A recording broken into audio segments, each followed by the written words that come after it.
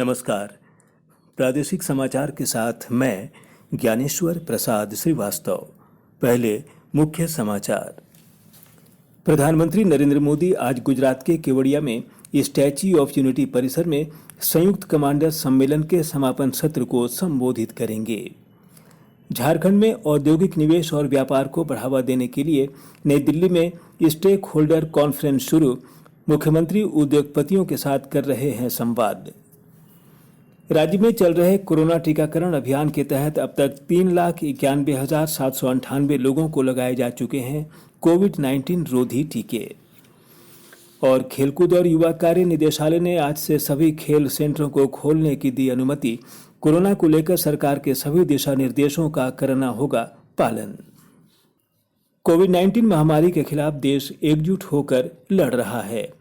आप भी हमारे साथ सुरक्षा और बचाव के 3 आसान एहतियाती उपायों का संकल्प लें। मास्क पहनें, 2 गज की दूरी है जरूरी, सुरक्षित दूरी बनाए रखें, हाथ और मुंह साफ रखें। और अब समाचार विस्तार से। प्रधानमंत्री नरेंद्र मोदी आज गुजरात के केवड़िया में स्टैच्यू ऑफ यूनिटी परिसर में संयुक्त कमांडर सम्मेलन के समापन सत्र को संबोधित करेंगे। रक्षा मंत्री राजनाथ सिंह, सेना के कमांडर तथा रक्षा मंत्रालय के सचिव स्तर के अधिकारियों का दल शुक्रवार से चल रहे सम्मेलन में शामिल हैं। सम्मेलन के तीसरे और अंतिम दिन आज समापन सत्र की अध्यक्षता प्रधानमंत्री नरेंद्र मोदी करेंगे। राष्ट्रीय सुरक्षा सलाहकार अजीत डोभाल, प्रमुख रक्षा अध्यक्ष जनरल बिपिन रावत, सेना प्रमुख general MM Naravane, air chief marshal RKS Bhadauria और नौसेना प्रमुख एडमिरल कर्मवीर सिंह भी सम्मेलन में शामिल रहेंगे। गौरतलब है कि वर्ष 2015 से इस सम्मेलन का आयोजन दिल्ली से बाहर विभिन्न स्थानों पर होता आ रहा है।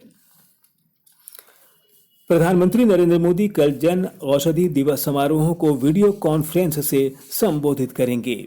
वे शिलांग में पूर्वोत्तर इंदिरा गांधी क्षेत्रीय स्वास्थ्य और आयुर्विज्ञान संस्थान में 75वां जन औषधि केंद्र भी राष्ट्र को समर्पित करेंगे। श्री मोदी प्रधानमंत्री भारतीय जन औषधि योजना के लाभार्थियों के साथ चर्चा करेंगे और इस क्षेत्र में असाधारण कार्य करने वालों को भी पुरस्कृत करेंगे। प्रधानमंत्री भारतीय जन औषधि योजना का उद्देश्य कम कीमत पर स्तरीय दवाएं उपलब्ध कराना है। जन औषधि के बारे में लोगों को और अधिक जागरूक बनाने के उद्देश्य से मार्च महीने का पहला सप्ताह जन औषधि सप्ताह के रूप में मनाया जा रहा है। राज्य में औद्योगिक विस्तार, सुगम व्यापार और स्थानीय रोजगार को लेकर नई दिल्ली में स्टेक होल्डर कॉन्फ्रेंस चल रहा है। उद्योग विभाग द्वारा आयोजित इस कॉन्फ्रेंस में मुख्यमंत्री हेमंत सोरेन देश भर के उद्योगपतियों के साथ झारखंड में निवेश के अवसरों को लेकर संवाद कर रहे हैं। वे झारखंड में निवेश के लिए इच्छुक उद्योगपतियों को नई इंडस्ट्रियल एंड प्रमोशन पॉलिसी में उद्योगों को दी जाने वाली सुविधाओं और रियायतों से अवगत करा रहे हैं। हमारी नई पॉलिसीज आनी है, जो कुछ आपके सामने रखा गया है, इसको फाइनल शेप देने के लिए आप लोगों से एक सलाह आवश्यक हमें प्रतीत हुई है। इसको लेकर आज यहां हम लोग हैं। किसी भी राज्य और देश को विकास करने के लिए जो आवश्यक चीजें होती हैं, लगभग वो सभी आवश्यक चीजें हमारे राज्य में पहले से ही मौजूद है। इससे पहले इस कॉन्फ्रेंस में राज्य के मुख्य सचिव सुखदेव सिंह और उद्योग सचिव पूजा सिंघल ने उद्योगों को बढ़ावा देने के लिए सरकार द्वारा उठाए जा रहे कदमों की जानकारी दी। राज्य के तकनीकी रूप से प्रशिक्षित बेरोजगारों को सहायता राशि देने की प्रक्रिया सरकार ने शुरू कर दी है।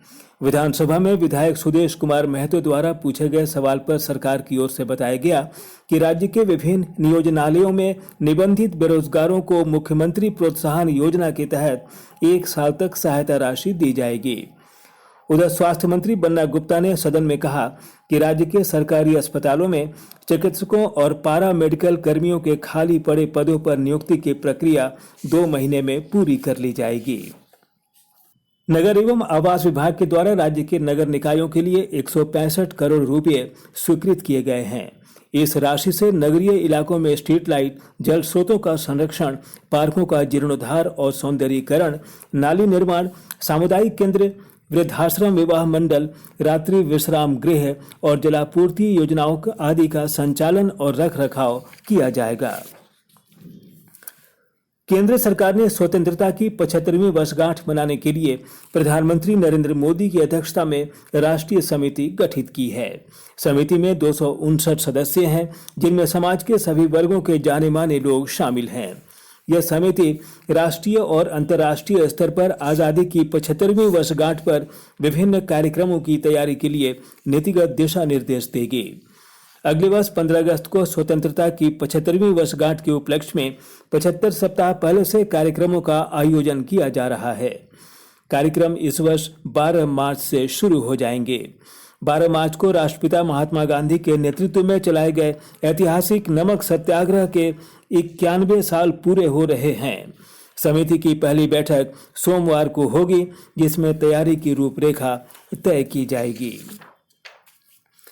झारखंड उच्च न्यायालय ने राज्य सरकार से सरकारी विद्यालयों में खेल के मैदानों की उपलब्धता को लेकर जवाब मांगा है। मुख्य न्यायाधीश डॉक्टर रवि रंजन और न्यायाधीश सुजीत नारायण प्रसाद की अदालत ने शिक्षा के अधिकार कानून के तहत राज्य सरकार द्वारा वर्ष 2019 में लागू नियमावली को चुनौती देने वाली याचिका पर सुनवाई करते हुए सरकार से पूछा कि निजी विद्यालयों के लिए भूमि को लेकर जो शर्तें निर्धारित की गई हैं, वह सरकारी विद्यालयों के मामले में क्यों नहीं लागू होगा। अदालत ने सरकार को 4 सप्ताह के अंदर रिपोर्ट दाखिल करने को कहा है। इस मामले पर 16 अप्रैल को अगली सुनवाई होगी। आकाशवाणी के ताजातरीन समाचारों के लिए आप हमारी वेबसाइट newsonair.com पर लॉग ऑन कर सकते हैं।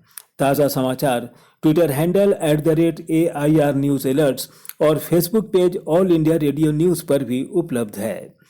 आप प्रादेशिक समाचार एकांश को Twitter handle @AIR news _Ranchi और फेसबुक पेज तथा YouTube channel AIR news channel Ranchi पर भी हमारे बुलेटिन सुन सकते हैं। प्रादेशिक समाचार आप आकाशवाणी रांची से सुन रहे हैं और अब पेश है कोरोना से बचाव के कुछ संदेश। चलो मिलकर एक शुरुआत करें, चलो एक फैसला आज करें, मास्क नहीं तो टोकेंगे, कोरोना को रोकेंगे, चलो एक वादा करते हैं, चलो कुछ वादा करते हैं, मास्क नहीं तो टोकेंगे, कोरोना को रोकेंगे। भारत सरकार द्वारा जनहित में जारी। कोविड-19 से बचाव और सुरक्षित रहने के 3 उपाय। मास्क लगाएं, 2 गज दूरी है जरूरी, सुरक्षित दूरी रखें, हाथ और मुंह साफ रखें।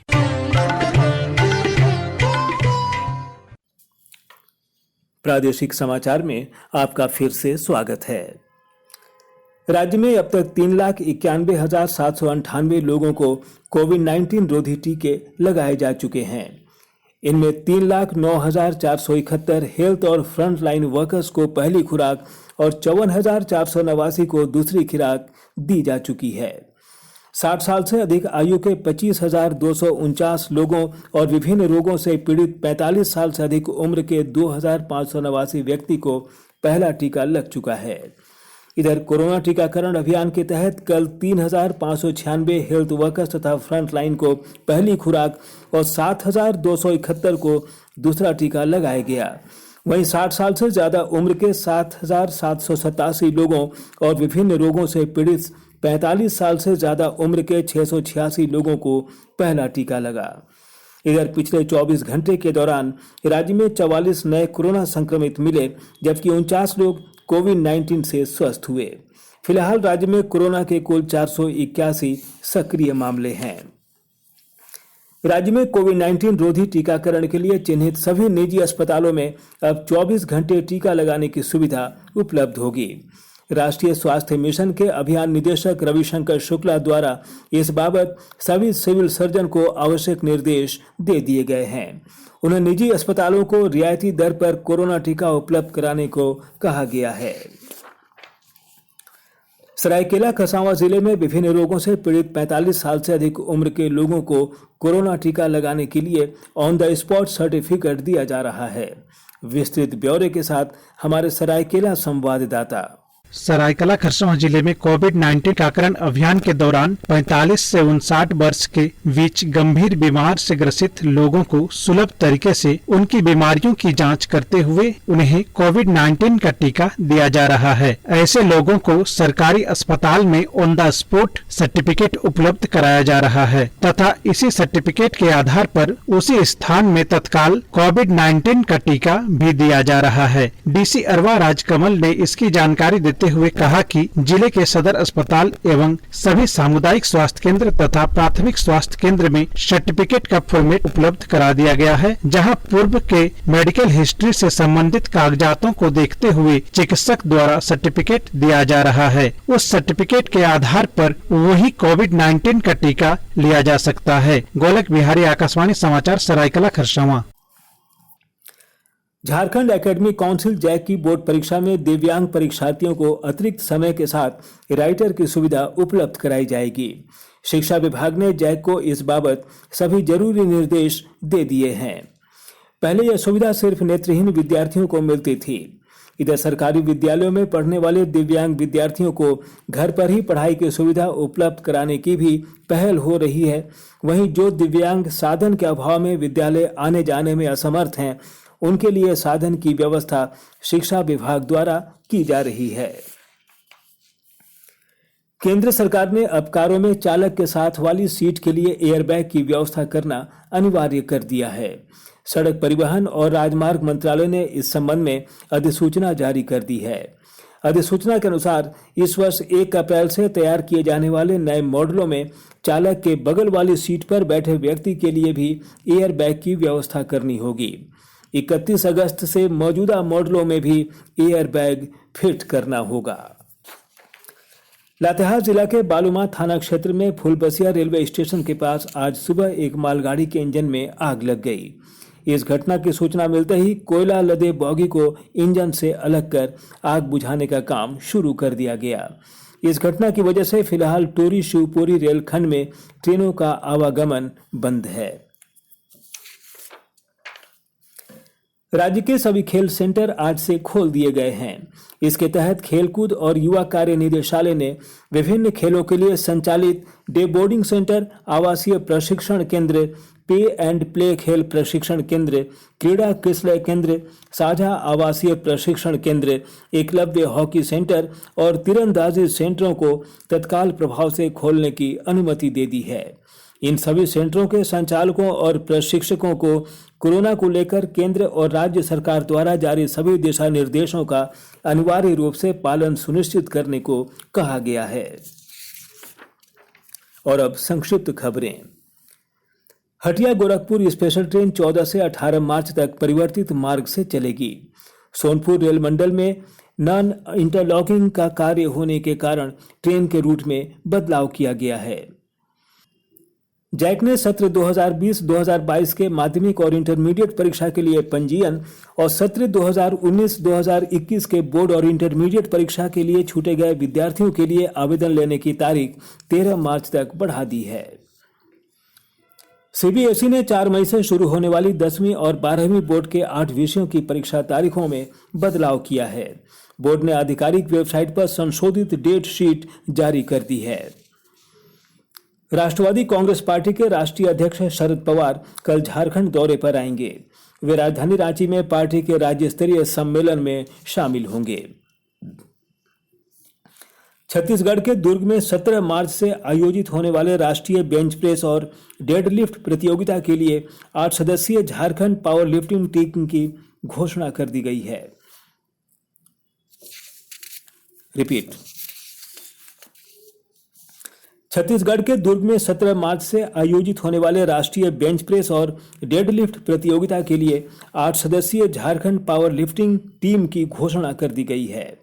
इसमें 3 महिला और 5 पुरुष खिलाड़ी शामिल हैं। और अब अंत में मुख्य समाचार एक बार फिर।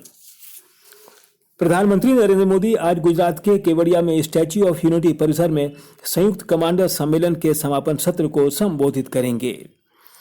झारखंड में औद्योगिक निवेश और व्यापार को बढ़ावा देने के लिए नई दिल्ली में स्टेक होल्डर कॉन्फ्रेंस शुरू, मुख्यमंत्री उद्योगपतियों के साथ कर रहे हैं संवाद।